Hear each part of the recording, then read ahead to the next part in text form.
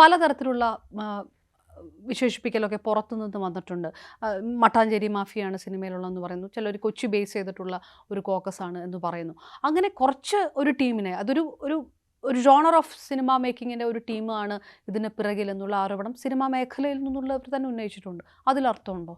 ഇല്ല, അത്തരം ആരോപണങ്ങളെ അല്ലെങ്കിൽ അത്തരം ഒരു സ്ഥലത്തിൻ്റെ പേരിൽ, ഒരു കൂട്ടത്തിൻ്റെ പേരിൽ ഒരു ഒരു ഒരു പൊതുവായ ആരോപണം ഉന്നയിക്കുന്നതിനകത്ത് കാര്യമില്ല. കാരണം അത് അങ്ങനെ ഒരു പ്രദേശത്തുള്ളവർ മാത്രം ചെയ്യുന്നൊരു പ്രവൃത്തിയാണോ, അല്ലെങ്കിൽ ഒരു പർട്ടിക്കുലർ വിഭാഗത്തിൽപ്പെട്ടവരോ അല്ലെങ്കിൽ ഒരു ടീമോ അങ്ങനെയുള്ള ഒരു കാര്യമായിട്ടല്ല. ഇത് പൊതുവായിട്ട് ഇതെല്ലായിടത്തും ഉണ്ട്, പൊതുസമൂഹത്തിലുണ്ട്.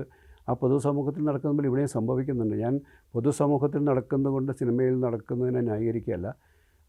നമ്മളെല്ലാവരും പൊതുസമൂഹത്തിൻ്റെ ഭാഗം തന്നെയാണ്. നമ്മളിതിനെല്ലാം ഇതിൻ്റെയൊക്കെ ഭാഗമായി നിൽക്കുമ്പോൾ അത്തരം കെട്ടുപാടുകളിൽ വീണു പോകുന്നുണ്ട്. സാർ, ഞാൻ കുറച്ചും കൂടി വ്യക്തമായിട്ട് ചോദിച്ചത്, കുറച്ച് വിഭാഗം ഇതൊക്കെ ആയിട്ട് നടക്കുന്നു, മറ്റു ചില വിഭാഗങ്ങൾക്ക് ഇതൊന്നുമില്ല, അവർ വൃത്തിക്കുള്ള സിനിമ പിടിച്ചു പോവുകയാണ്. അങ്ങനെ പറയുന്നതിൻ്റെ സിനിമയ്ക്കകത്തെ ഒരു കുടിപ്പകയും അല്ലെങ്കിൽ അങ്ങനത്തെ ഇഷ്യൂസ് ഉണ്ട്. അതുകൊണ്ടാണോ ഒരു സെറ്റ് ഓഫ് ഫിലിം മേക്കേഴ്സാണ് ഇതിന് പിറകിലെന്ന് ആൾക്കാർ ആരോപിക്കുന്നത്?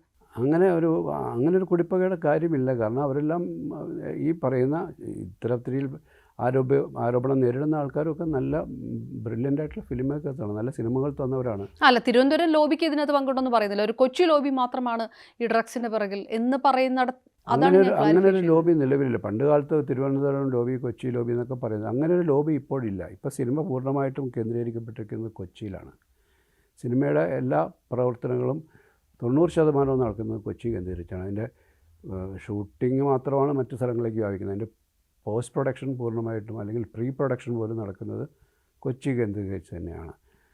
അതുകൊണ്ട് അങ്ങനെ ഒരു പ്രാദേശികമായ ഒരു ലോബിയുടെ ഒരു ലേബലിംഗ് കൊടുക്കേണ്ട കാര്യമില്ല. സിനിമയിൽ വ്യാപകമായിട്ട് ഇതിൻ്റെ ഉപയോഗമുണ്ട് എന്നുള്ളത് വാസ്തവമാണ്. അത് ഇന്ന ലോബിയിൽപ്പെട്ട ആൾക്കാരാണ് എന്നൊക്കെ പറഞ്ഞ് മാറ്റി നിർത്താനല്ല. അതിനകത്ത് വ്യക്തികളാണ്, ഇതെല്ലാം വ്യക്തികളാണ്. ആ വ്യക്തികൾ കൂട്ടുകൂടുമ്പോൾ സംഭവിക്കുന്നതാണ്. അവർ കൊച്ചിയിലുള്ളവർ മാത്രമല്ല, മട്ടാഞ്ചേരിയിൽ മാത്രമുള്ളവരല്ല, അവർ കേരളത്തിലെ വിവിധ ഭാഗങ്ങളിൽ നിന്ന് കൊച്ചിയിൽ താമസിച്ചുകൊണ്ട് സിനിമയിൽ പ്രവർത്തിക്കുന്നവരാണ്.